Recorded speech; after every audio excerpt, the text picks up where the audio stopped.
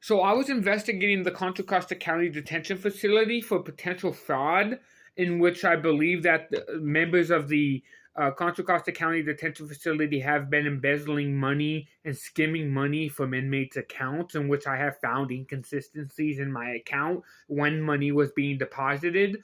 And it did not match up with what I had on my receipt from what they were doing physically with the numbers, and they were moving money, and I was investigating this. Now, what's very interesting is as my investigation continued, I was investigating the detention facility for fraud because it was registered with the Secretary of State of California and it had a UCC filing number.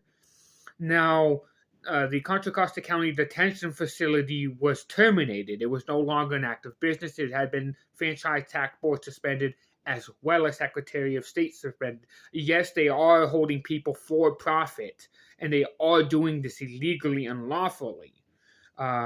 It would be all good if their business was registered and whatnot, but they're not doing that, and they're skimming money from accounts. And the next thing I found out was there's a Sergeant Garvey, that was working at this detention facility. And it was interesting because people were being complacent with Sergeant Garvey, saying that, this is an illegitimate sergeant. Upon further investigation on HR investigation, I concluded, that they do not have badge numbers, but employee identification numbers, excuse me. 2, there is no Sergeant Garvey that works there. This was also found out as I went to the Police Officer Standards of Training, which is another important website you must look up.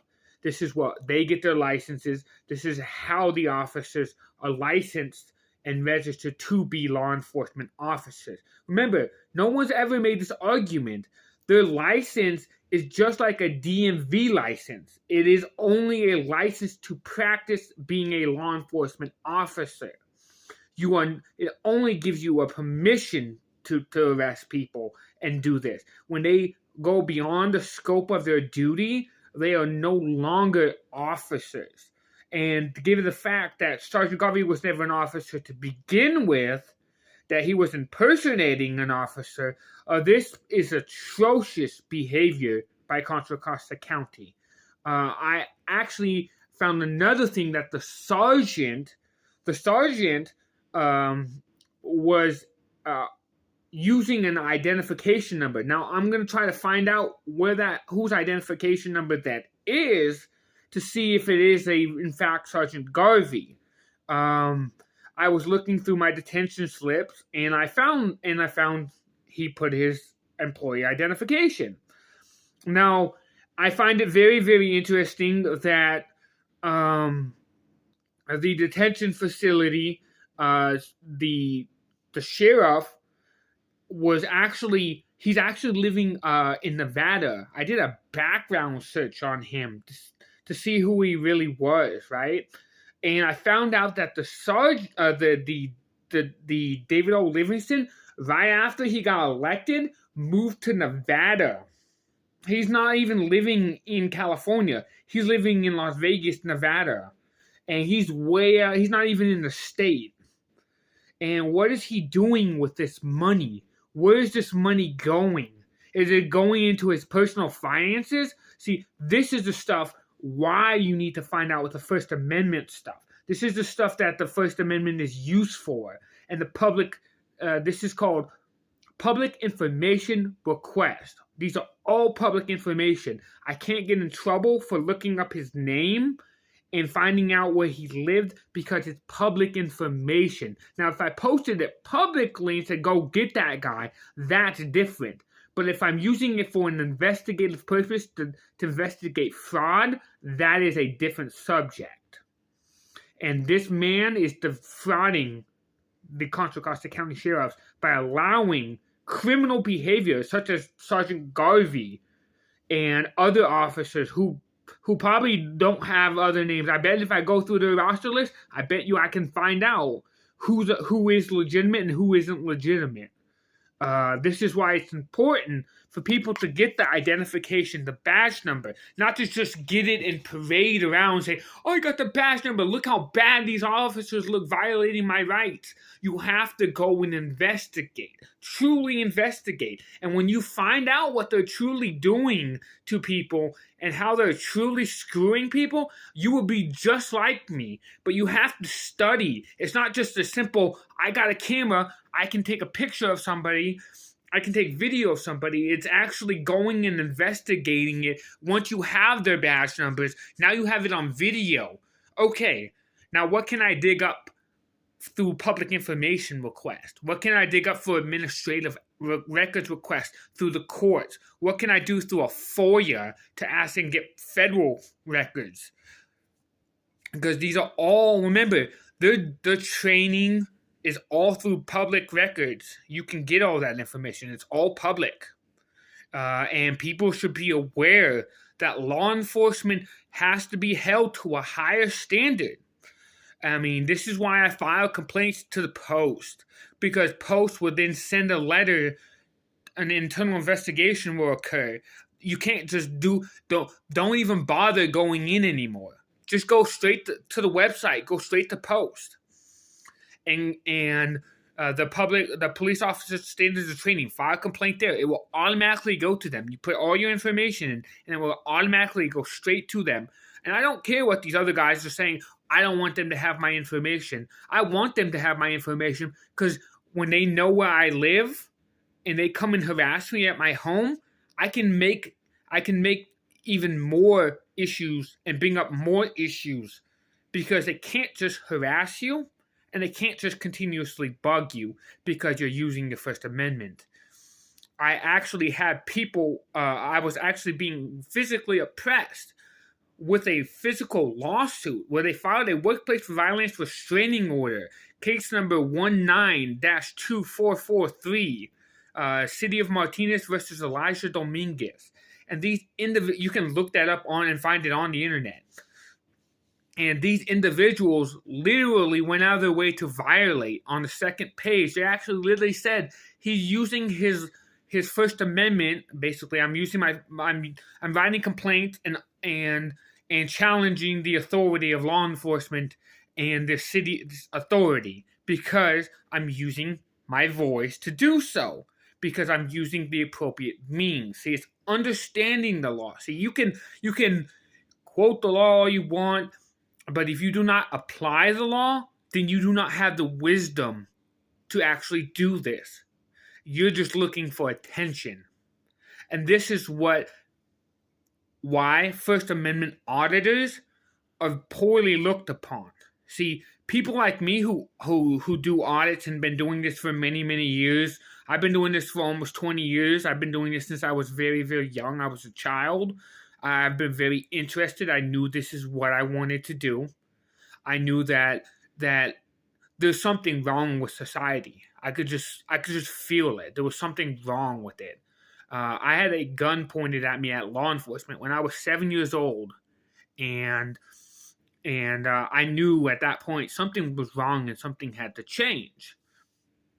And so this is why it's important to understand the law in your state. Not just state, but federal and local rules. And you want to go through and look into their policies and understand their policies. Because, see, if you understand their policies as well as they do, or sometimes even better, they don't like that.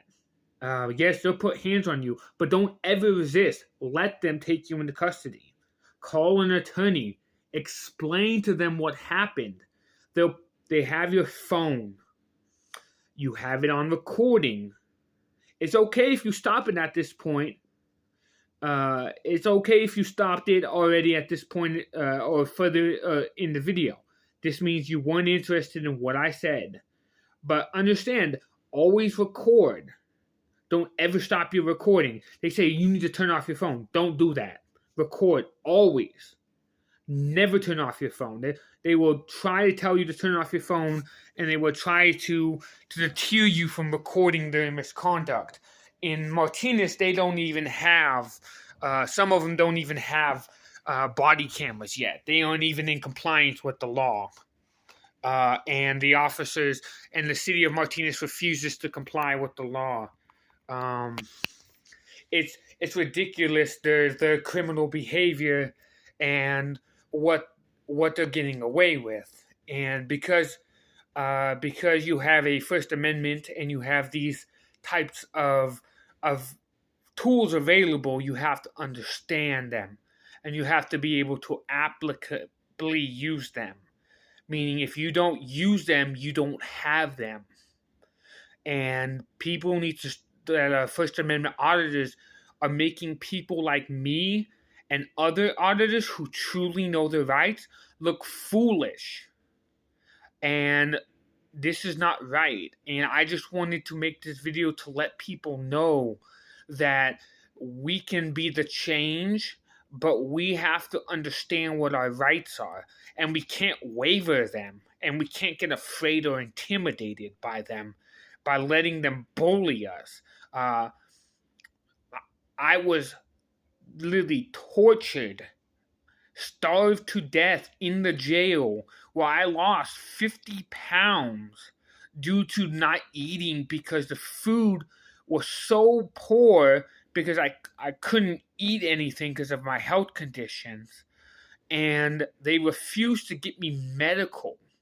And they refused to do this medical. And I kept having to write them over and over and over and over again. And it should have been in the book. This is the type of behavior that they don't want, that shouldn't be tolerated. This type of abuse. Because remember, once you go into jail or you go to jail, you become a slave. You become property of the state. Whether they say it or not, you are property of the state. And you are now a slave, a corporate fiction. Because the Superior Court of Contra Costa County is a corporation along with the detention facility. It is trying to monetize. And this is the type of criminal behavior that is going on in Contra Costa County. I reiterate, be very careful how you go about doing this, because these certain people will hurt you if you dig very deep and you go after these people. You have to understand not just how to use your First Amendment and understand the law, but to go after these people, to truly go after these people. And the only way to do that is by filing complaints to Post, filing complaints to the DA's office, because you have to exhaust your remedies. Then you file your complaint to the Attorney General. And you can also file your complaint to the Public Safety Commission. And the Public Safety Commission will then investigate those corrupt officers and whether those officers' behavior or conduct is worth revoking their license. See, you just don't want, people just want money from these officers. They don't want to actually get these officers in trouble and have their licenses revoked. They don't know about that because they're not educated enough, because they've only gone to a certain depth and refuse to educate them further. Please, please, please be very careful if you do the way I do it, because investigating an officer or anybody of power can be very detrimental to one's safety. And these people aren't playing. Though in Contra Costa County, there has been people who've been found washed up on the bay because you go right out into the bay after they shoot you. And they've killed people. And these people don't play. And you have to know how to protect yourself. I've done a lot of study. I've studied for a very long time, almost 20 years. And I just wanted people to know this and be aware of this. This is how you go about a First Amendment audit, a real First Amendment audit and investigation. I actually put the link to my website in the bio.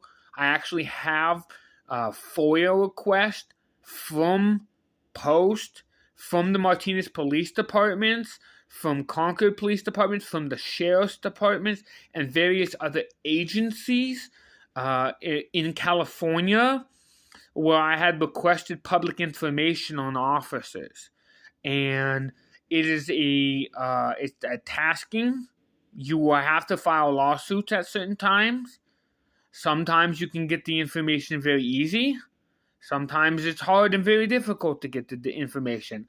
But the key in this whole thing is persistence. To actually understand the law, understand what you are trying to do, understand your remedies and the solutions that you can have, and understand how to not just defend yourself from uh, abuse, but to let people know that I won't tolerate this behavior and I will revoke your license if necessary. So basically, I'm done with this video. I got to get going. I got stuff I got to do. I got more case laws to file. I got more documents to go and try and receive. I'm waiting for documents to come back from the Sheriff's Department and Post. They keep delaying for time, extending time. So we'll see. They're going to try to extend it probably indefinitely. I don't know, but they can't do that. But eventually they're going to have to give me the records that I need. And I'll post them on the website. Put the link in the bio. Thank you for watching. Thank you.